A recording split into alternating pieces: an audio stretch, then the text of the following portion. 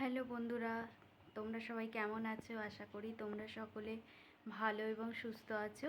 আর আজকে আমি তোমাদের সাথে একটা ভিডিও শেয়ার করব আমার প্রেগনেন্সি জার্নির। মানে প্রত্যেকটা দিন আমি কিভাবে কি করে কাটাতাম, কি খেতাম, এরকমই। তো টুকটাক কাজকর্ম করতাম, আর হাতের কাজ যেটা আঁকতাম সেটাই বেশি করতাম। বেশি কিছু কাজ করতাম না, ওই নড়াচড়া যেটুকুনি করে সেইটুকুনি। তো চলো ভিডিওটা তোমরা দেখতে থাকো, আর কেমন লাগলো ভিডিওটা অবশ্যই তোমরা কমেন্ট করে জানিও। তো চলো শুরু করা যাক। হ্যালো বন্ধুরা, তো দেখো সকাল সকাল ঠাকুর প্রণাম করা হয়ে গেছে। তো দেখো করার পরে এখানে চা খেতে বসেছি, চা আর বিস্কুট খাবো সকালবেলা। তারপরে দেখো ডালিয়াও খাই, কোনো দিন আবার ভাতও খাই, মুড়িও খাই, তবে বেশি ভাতই খাই। তো আজকে মঙ্গলবার, তো চলো ডালিয়াটা খেয়ে নিই। তো ডালিয়া খাওয়ার পরে দেখো সকালবেলা তারপরে একটা ডাক্তারবাবু প্রোটিন পাউডার দিয়েছিলেন, সেইটা দিয়ে দুধ দিয়ে গুলে খাই। তো সেটাই আর কি 10টার সময় করে খাই। তো চলো এখন সেটাও খেয়ে নিই। এইভাবেই আর কি সারা দিনটা চলে।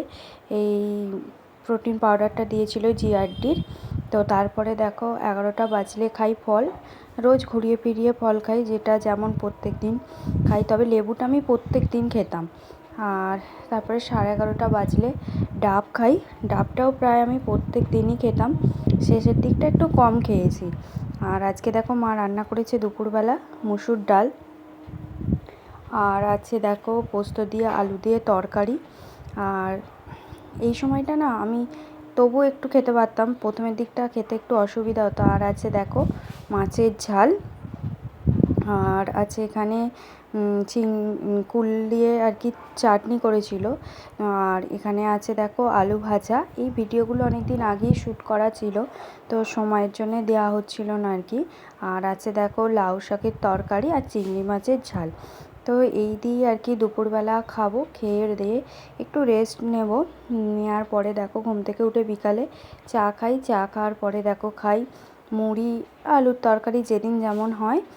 কোনো দিন আবার ছোলাও খাই। তো এই ছোলা নিয়ে বসেছি দেখো। আর এই ছিল সারাদিন। আর রাত্রিরে খাই রুটি, আর শেষের দিকটা বেশি ভাতই খেতাম, রুটি খেতে ভালো লাগতো না সেই জন্যে। তো এই ছিল আমার সারাদিনের রুটিন।